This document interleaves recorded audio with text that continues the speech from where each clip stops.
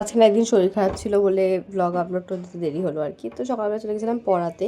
আজকে অনেকদিন বাদে দিয়াংশী পড়েছে, মানে অনেকদিন না, 2-3 দিন বাদে আর কি। কারণ হচ্ছে দিয়াংশী ঘুরতে গেছিলো, ও ঘুরে চলে এসছে।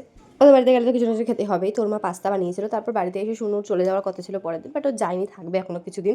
তো তারপরে পাখি এসেছিলো, পাখি এসে আমি যখনই ক্রিম মাখতে বসবো স্নান টান করে ও এসে ও মাখবে, আর নিজেও মাখবে আমাকেও মাখাবে, তাই জন্য ওকে মাখাচ্ছিলাম। তারপরে ও আবার লিপিক মাখে, লিপিক মানে হচ্ছে লিপ বাম বা ভ্যাসলিন কিছু একটা, ওকে ভ্যাসলিনের কৌটো প্রতিদিন একটা করে দিয়ে দিতে হবে, প্রচণ্ড জ্বালাচ্ছিল।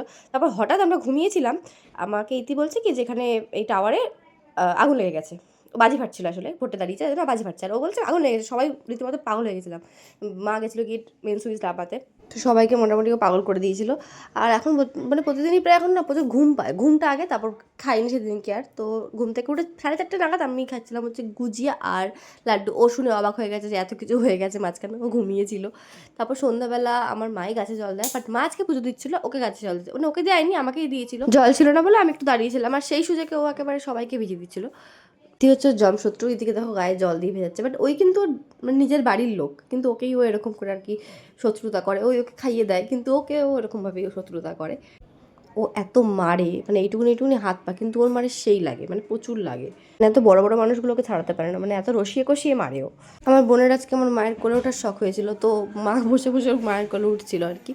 আমার মেন শরীর খারাপটা হয়েছিল হচ্ছে আমার বোনের খাবার জন্য, মানে প্রতিদিন সন্ধ্যাবেলা হলে ওর কিছু না কিছু খেতে হবে। আর এই যে ভিডিও করতে বসেছিলাম, ভিডিও করতে বসে আইসক্রিম খেয়েছিলাম, তারপর আমি চপটপও খেয়েছিলাম।